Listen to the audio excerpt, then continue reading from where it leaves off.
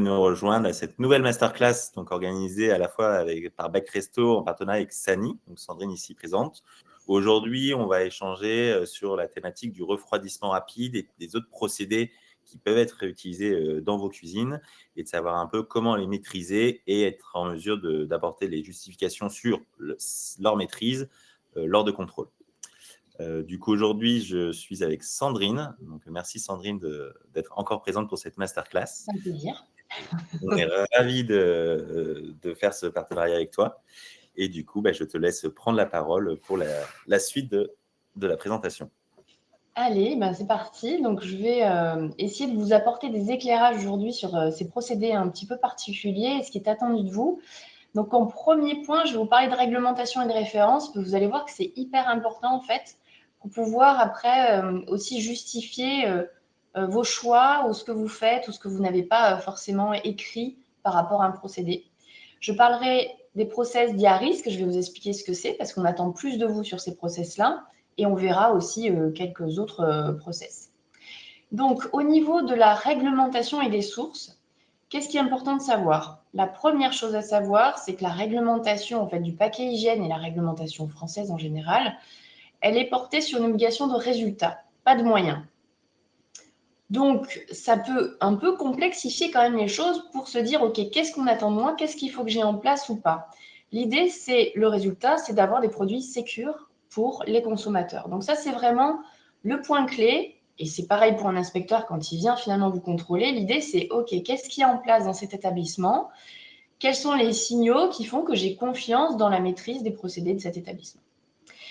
Le deuxième point qui est important, c'est que vous êtes obligé d'appliquer des principes HACCP. Alors, ces principes HACCP, sans rentrer vraiment dans le grand détail, l'idée, c'est quoi? C'est que vous mettez en place des mesures de maîtrise, les bonnes pratiques que vous avez dans votre établissement, et vous avez certains points de contrôle qui vous permettent un peu de piloter tout ça et d'être alerté en cas de problème. Donc, l'idée, c'est de contrôler certaines choses pour pouvoir détecter une anomalie, et si c'est le cas, hop, on réagit, on rétablit la maîtrise, et surtout, on garde une trace pour pouvoir montrer ce qui a été fait à ce moment-là. Donc, dans vos procédés, l'idée à chaque fois, ça va être, OK, comment je finalement montre que mon procédé, il est réfléchi, qu'il est maîtrisé, qu'est-ce que je contrôle pour montrer que ça, dans le temps, je le maintiens et que c'est vraiment pas du hasard et que c'est vraiment maîtrisé. Donc ça, c'est l'idée générale. Donc c'est pour ça aussi que vous devez quelque part enregistrer des choses, montrer des contrôles que vous avez faits pour pouvoir montrer qu'effectivement, dans le temps, c'est tenu et qu'on n'est pas dans de l'anomalie, en fait. La réglementation, ensuite, elle dit quoi? Alors ça, c'est des notes, des instructions techniques de la DGL, qui est la Direction Générale de l'Alimentation, qui donne des précisions sur la réglementation. Et ce qu'il dit surtout, c'est que lorsqu'il y a un contrôle, finalement, vous pouvez justifier quand même un certain nombre de choix de ce que vous faites par un guide de bonne pratique, puisque ces guides de bonne pratique, ils ont été faits pour ça, pour faciliter l'application des principes HACCP dans les petites entreprises généralement. Donc la première conséquence super importante qui paraît rien, c'est d'avoir le guide de bonne pratique de votre secteur sur place, consultable. Puisque ces guides de bonne pratique qui vous permettent de ne pas faire en gros de la paperasse où on va lister tous les dangers qu'on a dans nos procédés, etc. Donc, c'est la référence finalement que vous appliquez. Donc, si vous ne l'avez pas, on va dire, OK, vous ne l'avez pas, mais c'est à vous de le faire. Donc, il faut vraiment que vous ayez ça. Donc, l'idée que j'avais discutée avec Thomas, c'est que quand vous avez une application, que vous ayez le guide de bonne pratique directement dans l'application, ce qui fait que n'importe qui sera interrogé lors d'une inspection sanitaire peut s'y référer, peut dire, voilà, nous, on se base sur le guide de bonne pratique et du coup, on applique ce qu'il y a dans le guide de bonne pratique. Donc, ça paraît tout bête, mais le fait de l'avoir évite des non-conformités majeures déjà sur certains sujets qu'on va voir après. Donc, absolument l'avoir. Conséquence numéro 2, c'est qu'ils disent également dans ces notes de la DGL que forcément, il y a des choses à pouvoir mettre en avant et expliquer dès qu'il y a des process à risque. Il y a une sorte de liste qui n'est pas complètement exhaustive de ces process à risque. Donc, ces process à risque, ça veut dire qu'on a plus de justifications à donner, même si on a des choses déjà dans le guide de bonne pratique. Les process à risque, sans avoir de suspense, les voici, qui apparaissent aussi dans les instructions techniques de la DGAL. On a des choses quand même qui sont moins courantes dans la restauration. Par exemple, le fumage, l'étuvage de produits carnés, l'apertisation, pasteurisation, enfin stérilisation, ça c'est plus rare. Par contre, vous avez peut-être effectivement certains modes de cuisson et on va voir que pour le public sensible, les steaks hachés, il y a quelque chose à justifier. Là, vous êtes très concerné, a priori, dans beaucoup de restaurants, c'est le refroidissement. On va en parler après. Ça pourrait être du marinage, ça peut être aussi, si vous faites du poisson cru, par exemple, par rapport au danger de parasites, de la cuisson sous vide ou des cuissons de basse température. Donc, à partir du moment où vous faites un de ces procédés, c'est sûr qu'on va vous demander plus de justification que sur quelque chose qui serait plus simple, où il n'y a pas forcément d'impact aussi important sur des changements de température ou sur des conservations longues, etc. etc. Avant de passer à Oui. la suite, Sandrine, on a une question de Maxime sur le guide des bonnes pratiques. S'il y a déjà Oui. des formats PDF qui sont disponibles, et j'imagine de savoir où les trouver. Oui, il y a un site, ça c'est un lien qu'on peut vous partager, ou même d'ici la fin, je peux vous le trouver pour le partager là, du ministère tout simplement, qui met à disposition la plupart des guides de bonnes pratiques qui existent en version gratuite. Vous avez juste à le prendre là. Il y a celui de la restauration. Je réfléchis au niveau de la restauration. Il faut savoir qu'il y a la restauration, c'est un guide de bonne pratique qui date déjà de quelques années. Et il y a un peu plus d'un an, ils ont sorti le guide pour la restauration rapide. Il faudrait que je vérifie, mais je crois qu'il y a les deux en disponible. Celui de la restauration rapide est quelque peu plus compliqué, donc en termes de contenu, à vous de voir, mais a priori, les deux peuvent être utilisés, quelle que soit votre activité. Ah ben voilà. Donc, je crois qu'il y a déjà Effectivement, quelqu'un qui a. je vais Merci. repartager le lien, mais effectivement, voilà, vous les avez directement sur le site gouvernementaux. Voilà. Je ne sais pas s'il y a des gens de crèche, parce qu'une fois, il y avait quelqu'un dans les crèches. Pour les crèches, il n'y a pas de guide de bonne pratique officiel, mais il y en a un qui est très utilisé, qui a été fait par une association de familles rurales et qui est reconnu comme support qu'on peut utiliser. Donc là aussi, on peut le trouver en version gratuite. En papier, je crois que même c'est très dur de les trouver. Autre point super important que vous devez connaître, parce que je pense qu'il y en a beaucoup qui sont concernés, c'est qu'il y a une instruction spécifique qui établit des règles de flexibilité. Ces règles de flexibilité, ça ne veut pas dire qu'on va moins maîtriser les choses, ça ne veut pas dire qu'on ne fait pas des choses moins dangereuses, ça veut dire surtout qu'au niveau documentation, on peut vous demander moins de formalisation. Ces règles de flexibilité, normalement, elles s'appliquent notamment dans les petits établissements, c'est-à-dire où vous êtes 5 maximum en zone de manipulation d'aliments, donc vraiment en cuisine, préparation, manipulation, etc. Et donc, dans ce cas, vous êtes concerné. On va dire, dans la pratique, en termes d'inspection sanitaire, on ne les voit pas beaucoup être dans les exigences des inspecteurs, donc souvent on vous demande autant. Mais voilà, il faut savoir que ça s'applique parce que ça, c'est une arme aussi pour vous pour dire, OK, moi, je n'ai pas de procédure là-dessus. On est surtout sur les procédures. Hein. Je n'ai pas écrit une procédure, mais finalement, si tout le monde sait ce qu'il a à faire, tout le monde répond bon et qu'a priori, c'est appliqué, c'est OK, ce n'est pas une non-conformité de ne pas avoir de procédure. On peut aussi être dans ces règles de flexibilité selon des volumes qui sont définis, par exemple pour les boucheries, les poissonneries ou des restaurations collectives. Et également, et c'est là où on y revient même pour finalement des plus grands établissements, on revient à ça, c'est qu'on a un guide de bonne pratique qui est validé.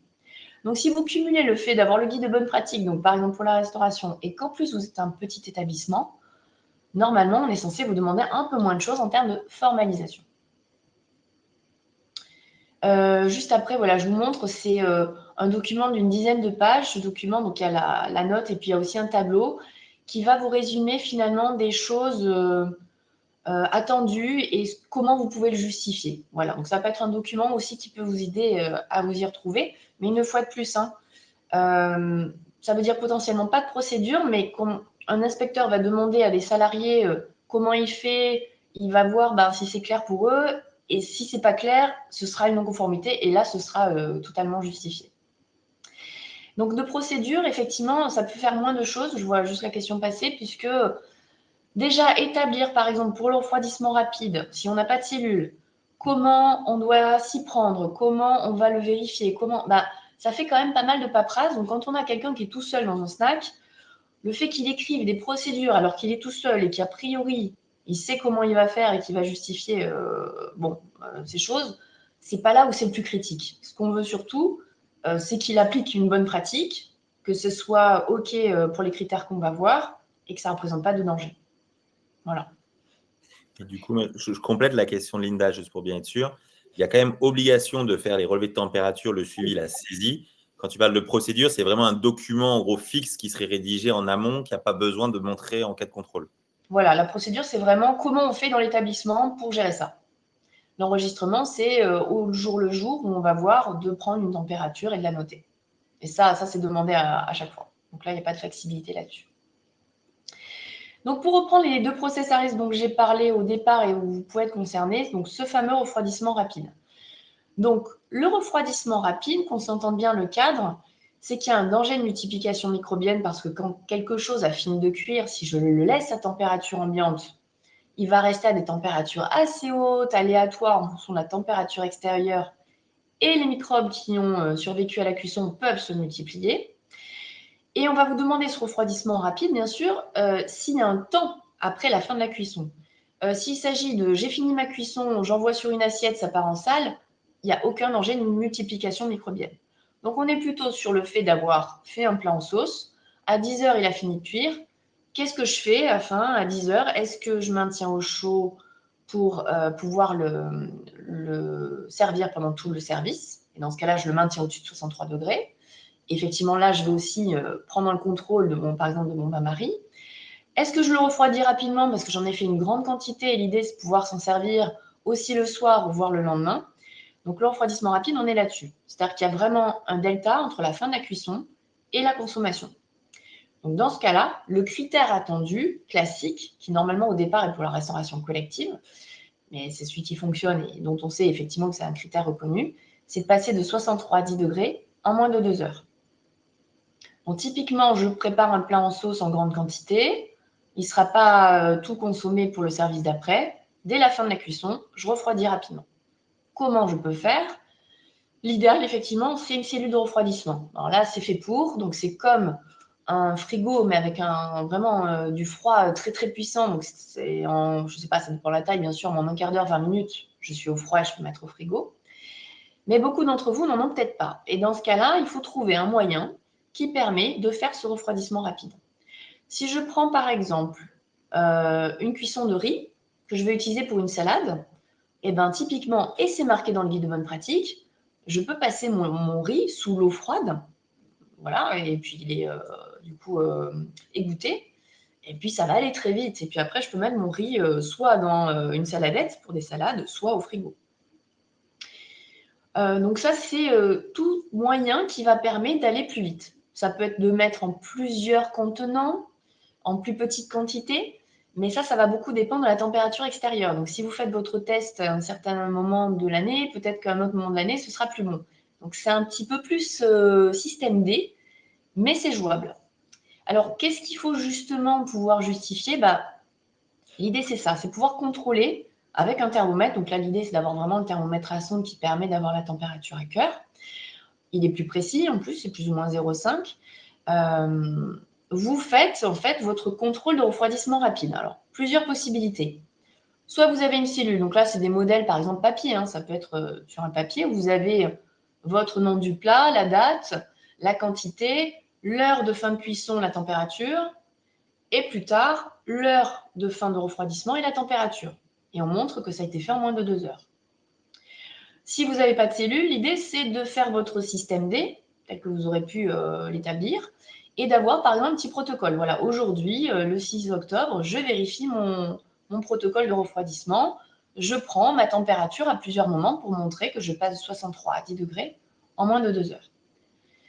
Donc, l'idée, c'est de pouvoir le justifier. Ce qui est difficile, c'est plutôt la fréquence de contrôle, parce que l'inspecteur, il va avoir tendance à vous demander sur chaque contrôle. Il y a certains restaurants, ils le font 20 fois par jour. 20 fois par jour dans un petit établissement. Là, la fréquence, elle me semble beaucoup trop poussée. Donc, l'idée vraiment de cette fréquence, c'est de voir vous, qu'est-ce qui pourrait être effectivement justifiable? Donc, si vous avez une cellule, pour moi, c'est pareil. En collectivité, OK, ils vont demander pour chaque refroidissement rapide. Mais est-ce que vous, l'idée, c'est pas de contrôler votre cellule peut-être une fois par semaine, voire une fois par mois? Mais voilà, d'avoir en fait une fréquence quand même où on dit, OK, pour mon établissement, je considère que si je le teste tous les temps, ça paraît cohérent. Bon, une cellule, ça se voit vite quand c'est en panne quand même. Donc, c'est beaucoup plus facile de maîtriser quand même avec une cellule que sans cellule, ça c'est évident. Normalement, ce refroidissement rapide, il doit être justifié pour des cuissons type justement plat en sauce, tout ce qui n'a pas eu une forte température de cuisson. Si j'ai un gratin, une pizza, une quiche qui a passé une demi-heure à 210 degrés dans mon four, dans le guide de bonne pratique, il est indiqué que ça peut avoir un refroidissement plus long qui est toléré. Donc il faut vous baser là-dessus pour vous défendre aussi lors d'un contrôle, de dire OK, mon refroidissement rapide sur mon plat en sauce, voilà comment je fais, et ça je le suis, et je fais un contrôle tous les temps. Par contre, mes quiches, c'est pas dans le guide de bonne pratique, ça ne nécessite pas autant de refroidissement rapide, je ne le gère pas de la même façon. D'accord? Donc l'important, c'est de pouvoir vraiment justifier ce que vous faites. Et là-dessus, ils ne vous lâcheront pas parce que vraiment ce point-là, depuis en plus qu'il y a les privés, là, depuis presque 2 ans, c'est un point qui est systématiquement contrôlé. Donc ça, c'est important. Je vous montre ce petit exemple qui est un extrait de rapport d'inspection sur un petit établissement.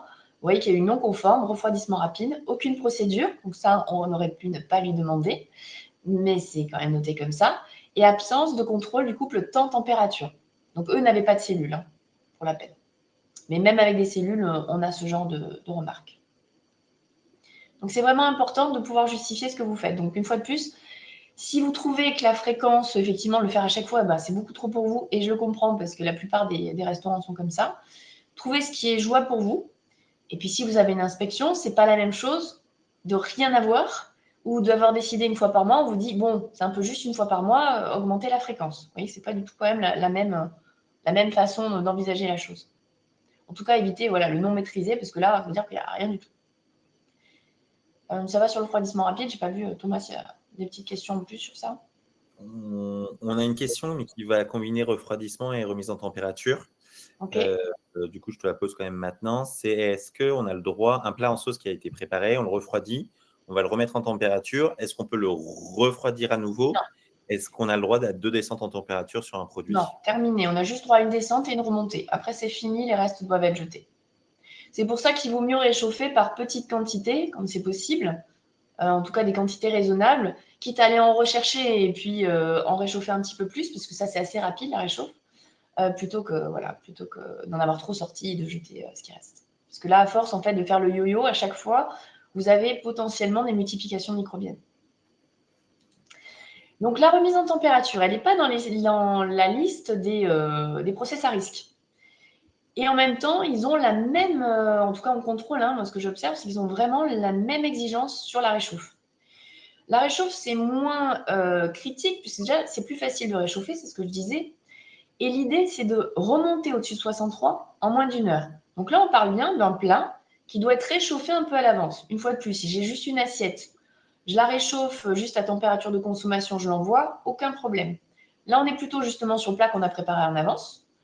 On va s'en servir pendant tout le service. On veut réchauffer une certaine quantité. Donc là, l'idée, c'est de mettre sur le feu directement, au four, enfin quelque chose qui va vite. Et une fois que c'est bien monté, là, on le met au bain-marie, par exemple, chaud, ou on laisse sur un feu bas, etc. Et ce qu'on va vous demander, c'est de justifier cette remontée en température. Donc là, c'est un peu la même idée. Quel est votre procédé? Est-ce que c'est sur le feu? Est-ce que c'est au four? Est-ce que c'est... Et de pouvoir en justifier l'efficacité. Donc, moi, en plus, sur ce point-là, qui est moins critique, je vous dirais, il me fait beaucoup moins peur que le refroidissement rapide. L'idée, ce serait de le tester et de garder une trace voilà, régulière où chaque fois que vous changez de type de plat ou d'avoir comme ça un œil dessus à une fréquence, mais qui est vraiment raisonnable. Parce que là, c'est trop sinon. Donc, c'est sûr que ça peut être papier ou toujours l'application qui permet d'avoir, de retrouver plus facilement aussi les historiques. Sur la réchauffe, je ne sais pas s'il y a d'autres questions. Ça va? Donc, on verra si ça arrive, n'hésitez pas. Petit, pareil, extrait d'un rapport d'inspection sanitaire, pareil sur la remise en température. La remise en température réalisée au four, cependant, absence de contrôle température, pas maîtrisée. Cuisson de steak haché. Alors, il faut savoir, parce que ça, finalement, ça s'est un peu arrivé sans qu'il y ait vraiment de grandes, annonces. C'est-à-dire que déjà pour les collectivités, ça fait longtemps qu'il y a une exigence pour les publics sensibles, mais dans les vade-mecum de remise directe, donc telles pour les restaurants, c'est arrivé dans les modifications au fur et à mesure. Vous avez une obligation pour les publics sensibles de cuire à cœur vos steaks, quelle que soit la nature du steak au départ, congelé, frais, vous l'avez fait vous-même, peu importe. Alors, public sensible, normalement, on entend enfants en dessous de 6 ans, les personnes âgées, les femmes enceintes. Voilà, en restauration, j'ai toujours pas trouvé la baguette magique pour définir ce qu'est une femme enceinte, à combien elle en est de semaines, sans se tromper, et pour un pareil public âgé. Qu'est-ce qui est âgé? Comment le savoir? Ça, vous en êtes incapable. Donc le seul cas finalement où on est certain quasiment d'être dans la cible, c'est les menus enfants. Donc si vous avez des steaks hachés dans les menus enfants, ou si vraiment on sait que le steak haché est destiné à un enfant lors de la commande, l'idée ce serait de pouvoir justifier justement d'une cuisson à cœur. Alors là, c'est encore aussi autre chose parce que c'est un peu difficile. Donc, comment contrôler? On admet bien sûr la température, donc au-dessus de 63 degrés, voire 65 même, sur les steaks hachés. Ça peut être aussi une référence visuelle. Ça peut être un contrôle visuel. Comment le prouver? Ben là, encore un petit peu plus compliqué. Donc, ça peut être en fonction de votre matériel de chauffe, pour s'assurer que aussi au départ, quand vous lancez les premiers steaks, on a bien la bonne température de votre matériel, d'avoir soit déjà une procédure, comment on règle la machine, sur quel niveau on met la chauffe, etc. Et puis d'avoir un premier contrôle du premier steak, par exemple, avec le temps, la température. C'est pas le plus simple, mais là aussi, il y a énormément d'accidents en fait, chaque année quand même sur le steak haché ou sur la viande pas cuite à cœur, surtout pour les enfants. Donc là, vous n'avez pas trop droit à l'erreur. Donc moi, ce que je recommande en général, on a déjà parlé avec Thomas, c'est si vous avez un menu enfant, il y a plein d'autres options que le steak haché, du nuggets, du filet de poulet, ou plein de choses. On est quand même sur du grand danger en steak haché, peu importe comment vous l'achetez ou même si c'est vous qui le hachez. Comme il y a finalement plein de bactéries qui peuvent se retrouver à l'intérieur, si vous ne cuisez pas jusqu'au bout à l'intérieur, et bien effectivement, les bactéries peuvent résister. Donc ça, c'est ne pas oublier ce point-là puisqu'il sera demandé. Les autres procédés ne sont pas forcément mentionnés, en tout cas dans les notes officielles, comme des procédés à risque. Après, ça ne veut pas dire qu'ils sont sans risque non plus. La congélation, le danger, c'est quoi? C'est quand vous congelez trop lentement, donc avec du matériel qui n'est pas spécifique, les cristaux vont être gros, ça va altérer le produit et ça va plus finalement être facile pour les bactéries de se servir dans le produit en fait après. Donc l'idée, c'est d'avoir une descente en température la plus rapide possible, le mieux étant d'avoir une cellule de surgélation. La congélation n'est pas interdite, mais il y a quand même pas mal de facteurs autour qu'il faut respecter. Au minima, bien sûr, si vous congelez vous-même un aliment, ça veut dire qu'il faudra marquer la date de congélation et la nouvelle date de péremption ou durée de conservation de ce produit-là qui va être sous votre responsabilité. Une fois que c'est congelé, que ça reste à moins 18, il n'y a plus de détérioration microbiologique, ça va plutôt être des problèmes organoleptiques de goût, de texture, etc. Il faudra bien sûr qu'on sache ce qu'est ce produit-là qui est congelé au milieu. Pas dans un sachet où il n'y aurait rien marqué. Ça, c'est gravissime pour un inspecteur s'il trouve ça, c'est une non-conformité majeure. Donc, il faut pouvoir quand même le relier au produit initial. Donc, déterminez bien dans quel cadre, si vous le faites, vous congelez. Typiquement, le produit est congelé maximum une semaine avant sa DLC, par exemple, puisqu'il ne faut pas qu'il soit congelé n'importe quand. Dans quoi on le met, voilà, comment on gère tout ça. Et puis, voilà, étiqueter, ça c'est le plus important. Donc là aussi, on peut avoir une traçabilité interne plus facilitée avec une application qui va permettre d'avoir la date du produit et tous les intermédiaires. La décongélation, il y a un danger là de multiplication microbienne. Donc, il ne faut pas qu'il y ait une possibilité de multiplication. Donc, l'idée, c'est soit de mettre à l'avance au frigo, parce que si votre frigo il a 4 degrés, la denrée, elle ne dépassera jamais 4 degrés. Donc, même si c'est lent, le produit, il est resté en maîtrise. Soit vous mettez direct en cuisson, et c'est par exemple obligatoire pour des steaks hachés qui sont surgelés. Là, vous êtes obligé de les passer direct en cuisson. Soit une méthode rapide.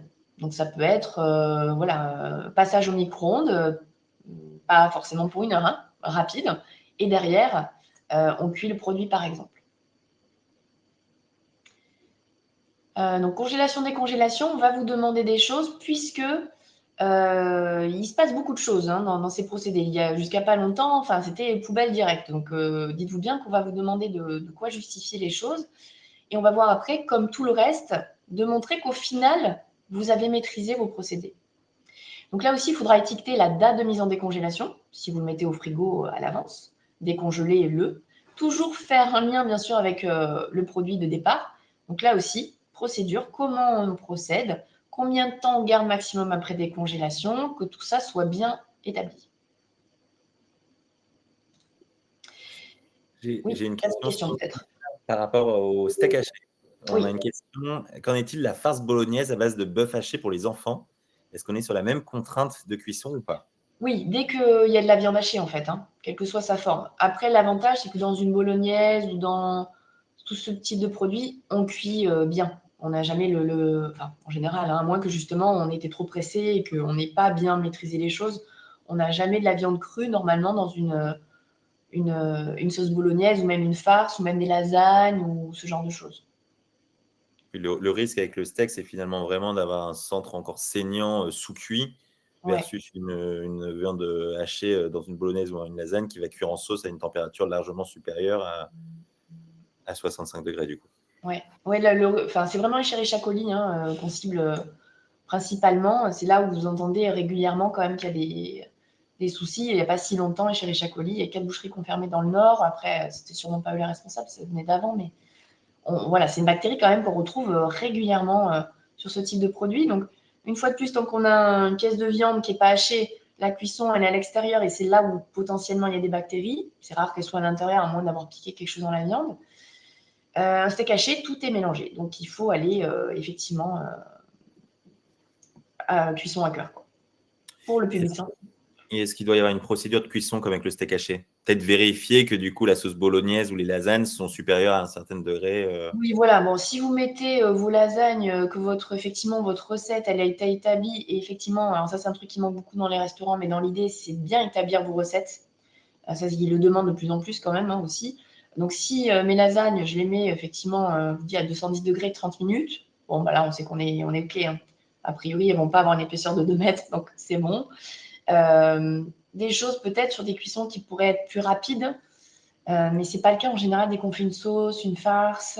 C'est des cuissons plus longues à plus haute température. Donc, mais il vaut mieux effectivement avoir la recette qui montre ça. Votre bolognaise, si vous marquez que la cuisson, c'est 20 minutes de cuisson à 30 degrés, bon, là, c'est plus rassurant.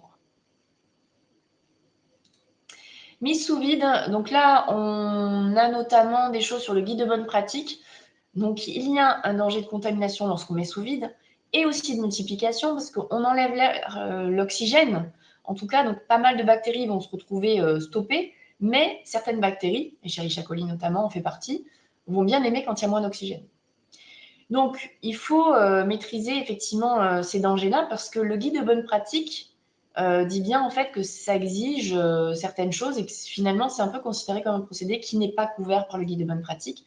Donc, il faut absolument avoir de quoi le justifier. On retombe un peu sur le début, c'est-à-dire que vous n'avez pas de guide de bonne pratique, donc il faut faire votre HACCP finalement sur ce point-là. Donc, l'idée, c'est d'avoir, pareil, on rédige, ça ne veut pas dire des grandes procédures, c'est assez simple, c'est finalement votre recette avec les barèmes de température, par exemple.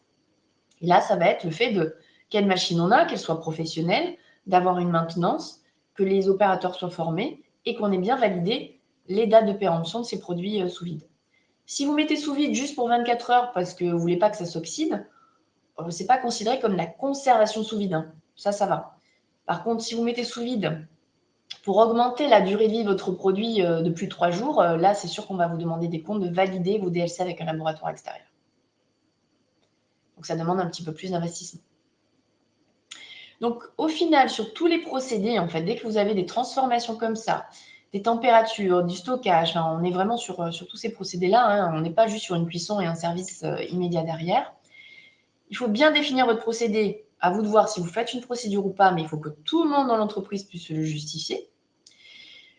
Contrôler certains paramètres pour pouvoir dire « Ok, moi j'ai établi que ça se passait comme ça et je vérifie régulièrement qu'on est dans les clous. » Et on en vient au dernier point qui va être de vérifier la conformité des produits. On vous demande désormais d'avoir des contrôles microbiologiques en fait. Donc là, je vous montre un exemple effectivement de contrôle. Où il n'y avait pas de contrôle microbiologique régulier, vous avez une non-conformité sur ce point, absence de contrôle microbiologique.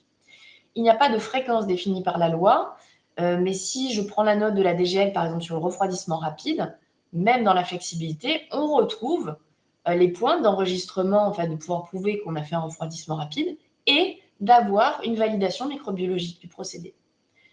Donc, ça veut dire que, alors ce qui se pratique souvent, c'est à peu près une fois par trimestre, c'est ce que je vois pratiquer, ce qui a l'air à peu près admis et OK.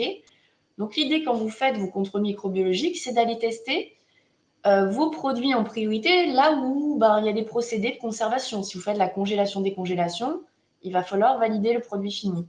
Vous faites du refroidissement rapide, il faudra vérifier un refroidissement rapide, enfin la validité d'un produit qui sera passé par ces étapes. Donc l'idée, c'est vraiment d'avoir cet historique.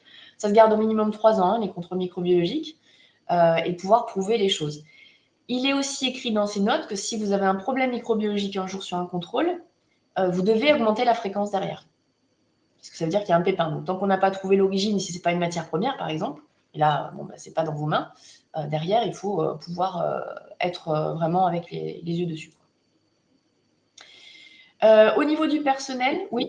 Et Sandrine, sur la partie sous-vide, on a une question de Jean, peut-être je ne suis pas sûr de bien comprendre, mais qui dit qu'il s'est renseigné sur le site Sous-Vide Consulting et il apparaîtrait que les températures légales de pasteurisation sont au-delà de la réalité en cas de cuisson prolongée. L'exemple 54,5 pendant 2 heures à cœur. Donc c'est peut-être pour des cuissons sous vide, j'imagine. Alors ça, j'imagine qu'effectivement, c'est des cuissons sous vide. Par contre, c'est quoi l'idée en fait? C'est qu'il y aurait en fait un barème qui serait établi et que les inspecteurs cautionneraient, c'est ça? J'ai l'impression, c'est ce. Faudrait que je vois si vous avez le site. Oui, je vois qu'il y en a une qui était. Je peux regarder effectivement sur le site et puis vous passer la réponse après. Tout ce qui ne sort pas de la réglementation, de notes officielles, etc., peut vous permettre d'avoir quand même une documentation qui dise moi je me suis basée là-dessus, mais il faut quand même s'assurer que c'est reconnu quand même comme une référence solide. Ça peut exister, hein, des fois on trouve par exemple des DLC secondaires, des tableaux de DLC secondaires. Attention, par exemple, j'ai déjà vu, je ne sais pas moi, sur un fromage blanc J+7. Et puis, si vous prenez une marque lambda, vous regardez l'étiquette, c'est le fabricant, il a marqué J+5. C'est le J+5 qui va s'appliquer, ce n'est pas votre tableau. Donc, là aussi, pourquoi pas partir de ces références que vous trouvez, mais après, ça veut dire validation microbiologique pour valider que c'est OK. Il faudra toujours quand même ce contrôle microbiologique qui est le seul finalement témoin si ce que vous avez fait est OK et qui valide tout le procédé. Voilà. Je ne sais pas si ça semble solide, une fois de plus, hein, vous pouvez vous appuyer dessus, mais ça ne vous garantit pas, on ne va pas vous donner juste par ça, dire oh ok, pas besoin de justifier. Voilà. On va bien vérifier les références. Et du coup, une question qui suit de Maxime. Pour une conservation de poulet cuit, ils le mettent sous vide le lendemain de la cuisson, de ce que je comprends. Est-ce qu'ils peuvent conserver 6 jours? Est-ce légal? Non, il n'y a rien. Un inspecteur vous demandera une validation DLC. Déjà, il faut savoir que, donc si on parle de DLC juste rapidement, donc un refroidissement rapide, si vous faites le refroidissement rapide directement après la cuisson, la référence du guide de bonne pratique, on est sur du J+3 maximum. Au-delà, il faut justifier. Après, on a par exemple sur des salades préparées à l'avance, des sandwichs préparés à l'avance, on a 24 heures. Après, il n'existe rien d'officiel. Donc, les inspecteurs ont tendance, même sur un J+2, à dire non, non, il n'y a rien qui justifie.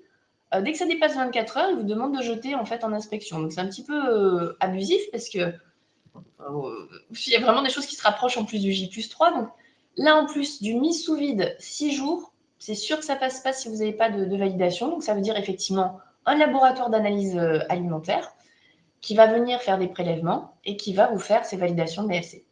Alors, même pas qu'un prélèvement, plusieurs. Pour une validation de DLC, il faut faire plusieurs analyses. Donc, ce n'est pas donné.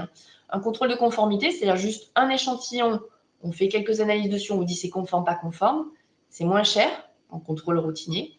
Alors qu'une validation de DLC, il y a beaucoup plus d'analyses, parce qu'on vient vous dire, OK, J plus temps, c'est OK. Voilà. Je sais pas, j'ai à peu près répondu. Et moi j'ai une question, Sandrine. Si jamais je mets en place une procédure dans mon restaurant assez carrée en disant voilà, je cuis à temps, je vérifie la température, je mets sous vide directement, et qu'après j'ai fait des contrôles microbiologiques, on va dire, sur 3 produits différents à 3 semaines d'intervalle, et que les 3 sont positifs, est-ce que ça peut être suffisant pour justifier lors d'un contrôle? Ça va dépendre de l'inspecteur vraiment, parce que moi j'en vois qui demandent même de façon abusive des validations de DLC pour tout, quoi. Donc c'est vraiment, on est un peu dans le flou. Je ne peux pas vous assurer qu'un inspecteur ne va pas vous demander plus. Normalement, on n'a pas besoin d'avoir une validation de DLC pour en dessous du J+3, quoi.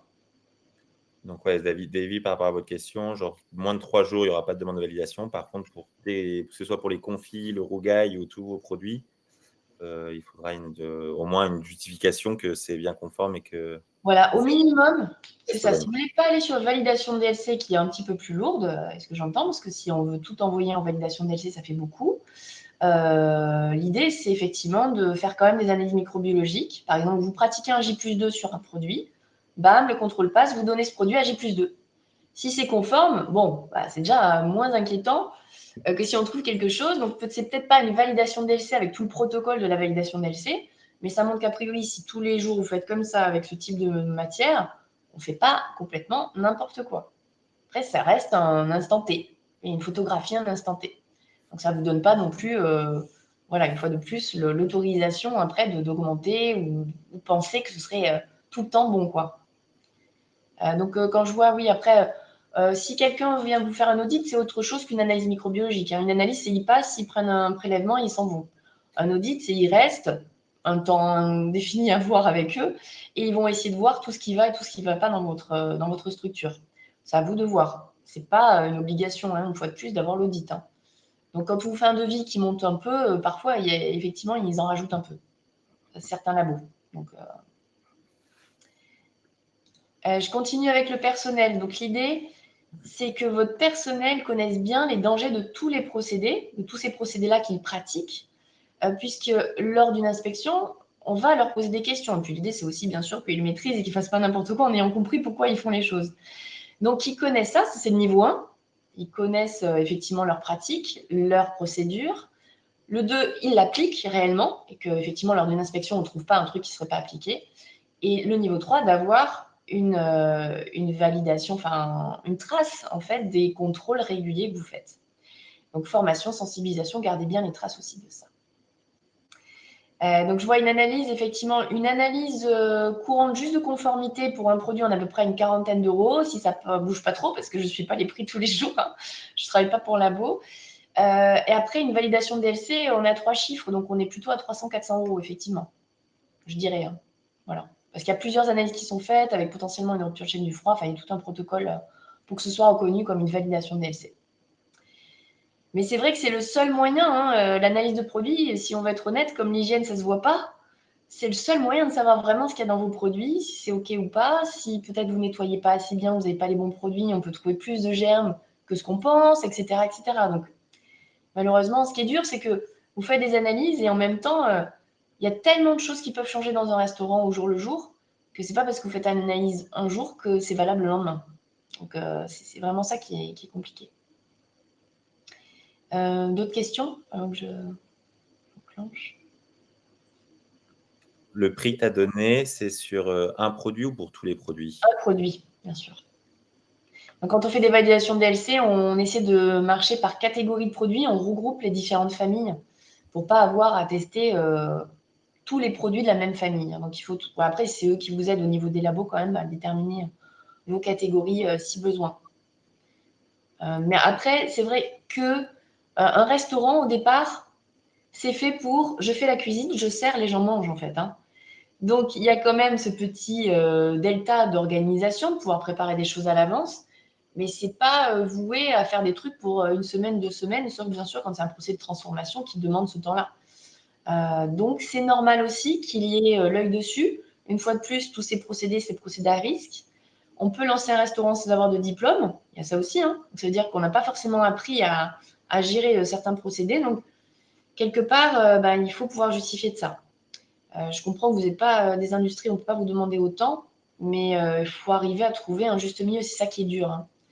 Hein. En tout cas, l'idée, c'est d'appliquer. Voilà, d'appliquer, d'être en sécurité, de ne pas avoir des durées trop longues. La formalisation, elle vient dans un second temps, mais elle est de plus en plus demandée, effectivement, dans les contrôles. Ça, je ne vous le cache pas. On s'arrache un peu les cheveux en voyant des choses un peu abusives sur les contrôles. Donc, c'est pour ça que l'idée, c'est d'avoir des billes aussi face à l'inspecteur, de dire, bon, mais voilà, moi, ça, c'est écrit dans le guide de bonne pratique, c'est ce que j'applique. Je fais comme ça, de pouvoir justifier votre façon. Après, bon, si vous dites c'est non conforme, c'est non conforme, vous ne pouvez pas non plus vous battre. Vous n'avez pas les moyens de vous battre. Et après, derrière, si vraiment il y avait des sanctions, c'est l'avocat de droit alimentaire qu'il vous faut. Mais dans un premier temps, c'est pouvoir montrer que ça ne vient pas nulle part ce que vous faites, que vous appuyez sur des choses, c'est réfléchi, et que vous ne tirez pas justement sur des limites où ce serait dangereux. Pour la charcuterie, je vois la question. Si on est charcutier, déjà, on a un CAPK charcutier. Et là, vous vous basez sur aussi un guide de bonne pratique de charcuterie. Et donc là, il y a des choses autres, effectivement, qui sont établies, notamment en durée de vie des produits. Ce sont des produits qui sont salés, séchés, donc qui ont une conservation plus longue, effectivement. On avait la question tout à l'heure de Davy aussi qui fait ses propres magrets séchés ou ses filets mignons de porc séchés. Ah ouais, là, il faut justifier à bloc parce que voilà, vous n'avez pas de CAP charcutier, vous n'êtes pas dans un établissement de charcuterie. Forcément, on va aller vous chercher sur ces procédés spécifiques qui, a priori, sont réservés pour des personnes qui ont un CAP charcutier. Donc, attention, hein. C'est un peu comme la pâtisserie fraîche. Il y a des métiers et certains procédés qui sont un peu sécurisés et autorisés que si vous avez le CAP, donc vous risquez de basculer sur ces produits-là. Donc personnel, n'oubliez pas effectivement de bien englober tout le monde hein, dans tout ça. Alors, je reviens au niveau des procédures au départ. Effectivement, même si vous êtes un petit établissement, on ne vous demande pas forcément les procédures, mais une procédure, ça ne coûte pas grand-chose. Si vous n'êtes pas là, surtout si vous risquez de ne pas être là lors d'un contrôle, le contrôleur arrive, pose des questions aux salariés, c'est flippant, il faut se mettre à la place de tout le monde. Déjà, c'est flippant pour un gérant, mais c'est aussi flippant pour un salarié. Donc, il faut un peu les aider aussi à bien répondre aux questions. Donc, s'ils savent qu'il y a des procédures, on n'a pas besoin d'en faire 15 000, hein, sur des choses un peu spécifiques, qui peuvent l'ouvrir, par exemple, sur leur application ou sur leur classeur, quand il y a le contrôleur, et qu'ils expliquent avec le truc sous les yeux, c'est vachement rassurant pour lui, il va moins dire de bêtises, et vous, ça vous permet aussi de maîtriser les choses. Donc, à vous de voir, mais je trouve que ça facilite aussi les inspections quand on l'a fait. C'est presque plus facile à faire que les enregistrements. Donc, faire une petite procédure claire, je trouve que c'est quand même des bons points lors d'une inspection. Mais bon, on a de quoi se défendre si vous ne voulez pas le faire et que vous êtes petit établissement. Et surtout, j'en viens au point dernier, hyper important, c'est si vous avez une non-conformité sur ces procédés-là. Une cellule de refroidissement tombe en panne, enfin voilà, il y a quelque chose qui ne se passe pas comme d'habitude, c'est là où vous devez garder une trace de la non-conformité, écrire bien ce que vous avez fait, et puis garder bien cette trace de tout ça. Et ce n'est pas un problème lors d'une inspection de voir qu'il y a un truc qui s'est mal passé. Au contraire, ça montre que vous avez su le détecter, que vous avez fait quelque chose. Donc, soit c'est une fiche à part, soit c'est là où vous enregistrez les choses, soit à vous de voir, tant que vous avez l'information et on vous demande d'enregistrer la non-conformité et l'action au même endroit. Voilà. Bien sûr, avec une application, une fois de plus, c'est facilité parce que vous avez tout de suite la possibilité de mettre la non-conformité et puis on a l'historique, on peut le retrouver facilement. Donc, ça, c'est important et c'est vraiment un point clé de la HACCP, de pouvoir contrôler, d'enregistrer l'anomalie. Donc, voilà, les enregistrements à vous de voir. Il faut faire le système qui vous convient le mieux, qui sera tenu dans le temps, donc en fonction de vos équipes. L'application, elle permet d'avoir l'historique. On sait qui a fait quoi quand, donc c'est vraiment très fiable pour un inspecteur, c'est plutôt bien vu. Après, ça reste un outil, il faut qu'elle soit remplie, hein. Donc, vraiment, c'est à vous de voir ce qu'il faut mettre en place pour pouvoir faciliter toutes ces opérations. Vous voyez qu'on vous demande de plus en plus d'enregistrements. Donc, je ne vous cache pas que le papier, ça peut être plus compliqué au bout d'un moment, avec des choses qui traînent, qui salissent, qui disparaissent, qui ne sont pas remplies, etc., etc.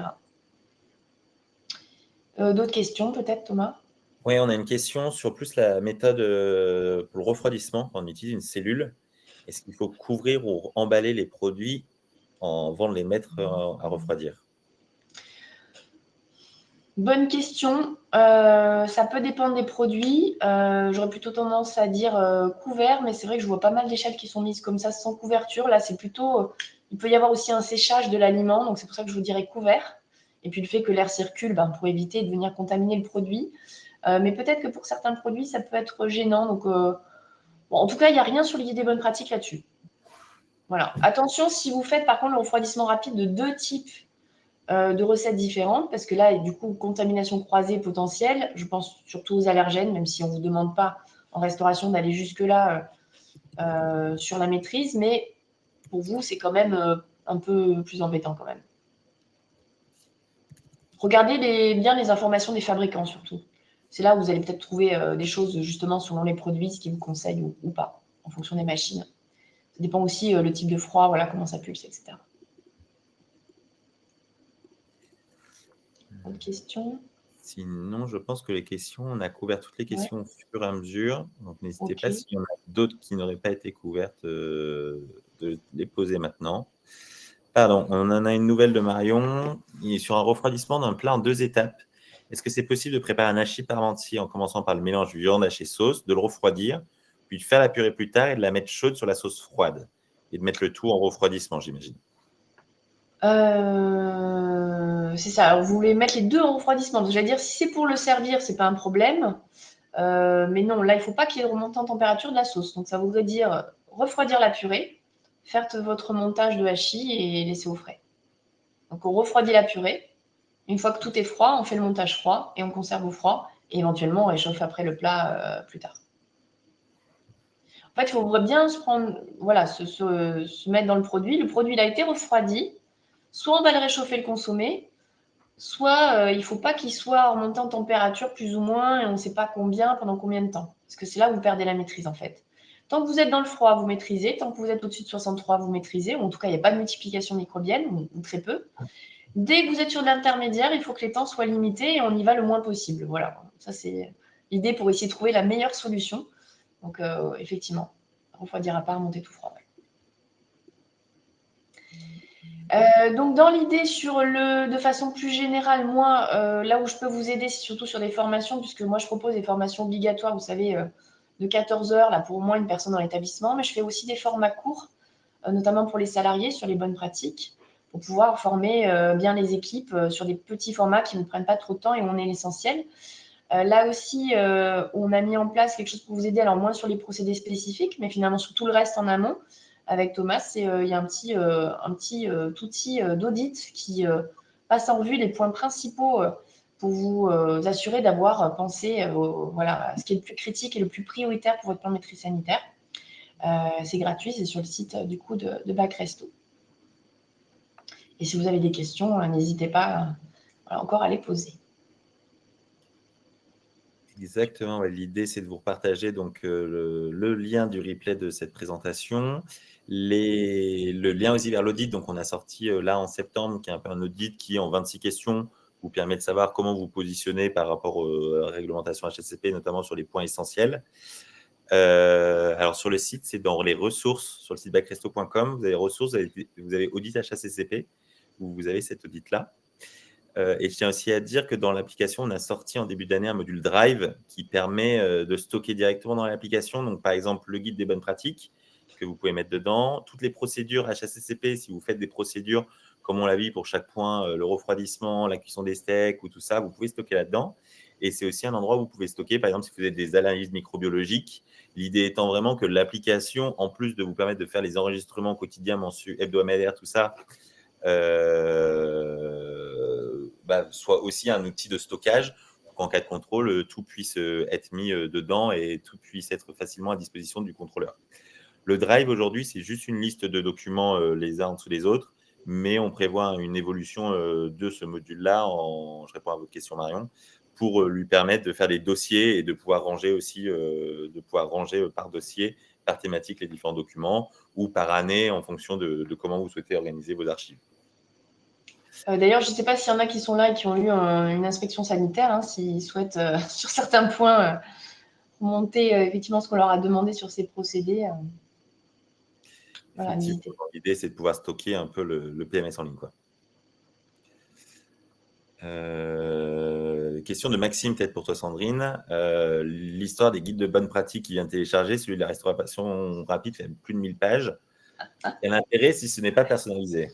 Et ouais, je suis bien d'accord parce que je sais que personne ne les lit, ces guides de bonne pratique, donc finalement vous l'avez, mais voilà. Alors, celui de la restauration rapide est particulièrement mal fait, hein. Donc après, je vous invite plutôt à prendre celui de la restauration, ce sera plus simple. Alors, quel intérêt, c'est que finalement, dans ce guide de bonne pratique, les professionnels ont déjà listé tous les dangers et les bonnes pratiques à mettre en œuvre. Et ça, c'est vraiment la partie étude HACCP. Donc, si vous ne l'avez pas, c'est à vous de le faire. Et c'est à vous de faire, pas les 1000 pages, hein, parce que l'idée, ce serait de faire plus petit, mais ce serait à vous de lister tous les dangers qu'il y a dans votre établissement, à toutes les étapes, la réception, le stockage, etc. Donc, c'est un boulot qui est déjà fait, qui est pareil partout, hein, parce que vous avez tous les mêmes dangers. Après, c'est plus, voilà, justement, quel procédé je fais en plus, etc. Donc, voilà, c'est du boulot mâché, même si j'avoue que quand on le prend entre les mains, en tout cas celui de la restauration rapide, il fait vraiment peur. Et à moi aussi, je peux vous le dire, parce que franchement, il m'a découragée. Donc, il est très mal fait pour moi. Ouais, C'est je pense plutôt que des gros, genre McDo et autres, qui l'ont fait, en fait, hein. Donc, c'est pas du tout appliqué, je trouve, à un petit établissement pour vous simplifier la tâche. Ouais, donc comme dit Maxime, effectivement, c'est un document pour cocher une case de l'avoir pour l'audit, mais que derrière, c'est mieux d'avoir les quelques procédures ou les quelques points d'attention un peu critiques personnalisés pour votre établissement pour vraiment avoir quelque chose de plus utile, quoi. Oui, et puis le jour où vraiment vous êtes paniqué sur un truc qui ne marche pas, c'est vrai que dans le guide de bonne pratique, l'idée c'est d'aller dans le sommaire, vous allez trouver votre procédé ou le moment où ça arrive, et puis au moins vous aurez quand même une base quand même de référence qui peut vous dire voilà ce qu'on doit faire dans ce cadre-là. Bon, je ne sais pas si vous trouvez toujours l'info, mais c'est quand même une ressource, voilà, quand on ne sait pas trop quoi faire. Donc c'est en ça qu'il est normalement utile, mais bon, je sais bien que ce n'est pas forcément le cas. Et c'est pas le guide des bonnes pratiques, tu me confirmes, Sandrine, mais ça remplace pas le PMS. Le Non, PMS, le guide de bonne pratique, c'est la partie HACCP de votre PMS. Le PMS, c'est tout ce que vous faites en hygiène. Donc, guide de bonne pratique pour la partie HACCP que vous n'avez pas à faire. Si vous avez des procédés qui sortent des guides de bonne pratique, il faut le faire. Et on a le reste à faire, c'est-à-dire les contrôles, le suivi, les choses spécifiques à votre établissement, les fréquences, à quelle fréquence, moi, je nettoie ceci ou cela, tout ça, plan nettoyage, enregistrement des températures, tout ça, ça reste vraiment à vous de le faire, quoi. je vous partage dans le chat un lien vers un questionnaire de satisfaction si vous pouvez y répondre. Et on vous demande aussi si vous avez des envies de sujets pour des prochaines masterclass. Si jamais vous avez ça prend vraiment 1 minute à remplir. Le temps qu'on finisse de répondre aux questions. Ouais, Maxime. Ouais, qui dit le PMS, c'est bac resto en gros. Oui, effectivement, c'est exactement ça. C'est en plus si vous avez bien sûr le guide de bonne pratique dans le dossier bac resto, plus vos contrôles de bac resto, c'est votre PMS, c'est ça, effectivement. En fait, le PMS, c'est vraiment des documents fixes. Tu vois, Bac Resto, aujourd'hui, il faut quand même que tu aies potentiellement un plan de nettoyage fixe. Il faut que tu aies quand même potentiellement le guide des bonnes pratiques. Voilà, tu as un ensemble de documents un peu officiels à avoir et le suivi de ton plan de maîtrise sanitaire. Et le suivi, c'est vraiment Bac Resto avec les enregistrements que tu vas faire dans l'application.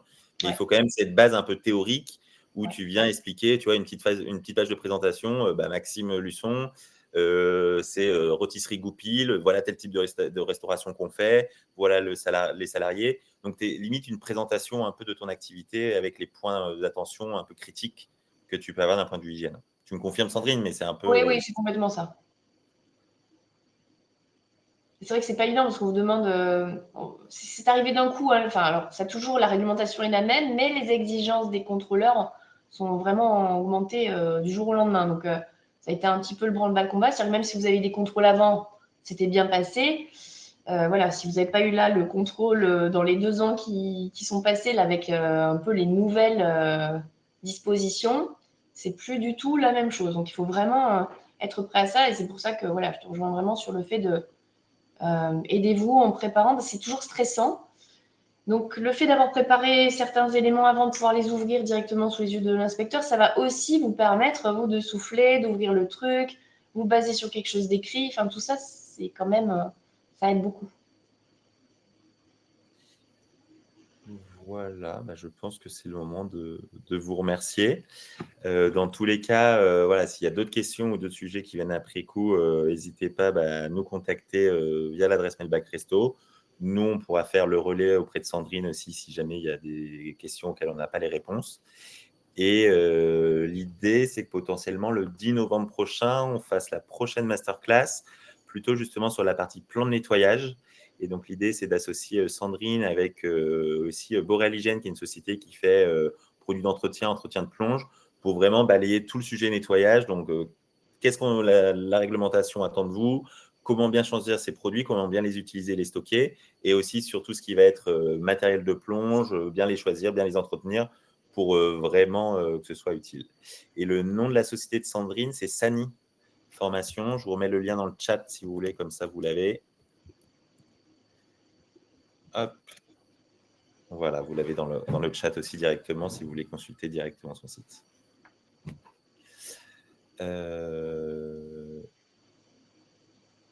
Absolument à voir, PMS et guide de bonne pratique. Je te laisse répondre, Sandrine, en cas de contrôle. Oui, c'est vraiment le PMS, c'est vraiment toute la globalité. Donc, quelque part, le guide de bonne pratique, il est dans votre PMS. Après, c'est du langage. Mais effectivement, quand un inspecteur arrive et demande votre plan de maîtrise sanitaire, on commence par le guide de bonne pratique de base, l'étude de HACCP, et après, tout ce que vous avez, comment vous l'avez déployé finalement dans votre établissement, procédure, voilà, façon de faire, fonctionnement, etc. Et les enregistrements au quotidien sur les points les plus sensibles. On va vous demander, je ne sais pas, ça dépend le vocabulaire, le problème c'est après, c'est pour suivre et répondre à un inspecteur, il peut vous demander les points critiques, etc. Le guide de bonne pratique ne définit pas de points critiques en restauration, vous n'avez que des points d'attention, donc l'enregistrement d'une température, ce genre de choses, ce ne sont que des points de maîtrise, mais il faut pouvoir les justifier. Et Sandrine, est-ce que tu te déplaces jusqu'à Rouen pour une visite? Non, malheureusement, j'aurais bien aimé vous rencontrer, mais non. Je suis à Montpellier, moi, donc je suis vraiment côté Montpellier. Après, voilà, je fais des formations en ligne, mais non, pas pour intervenir directement dans un restaurant. Déjà, je ne pourrais pas aller dans le restaurant de Thomas parce qu'il est trop loin. Ok, et je vous remercie encore. En tout cas, on reste disponible pour vous si vous avez la moindre question. Et allez, on prend une dernière question pour Maxime. Après une ouverture d'une volaille sous vide, combien de DLC pour la vente de sandwich?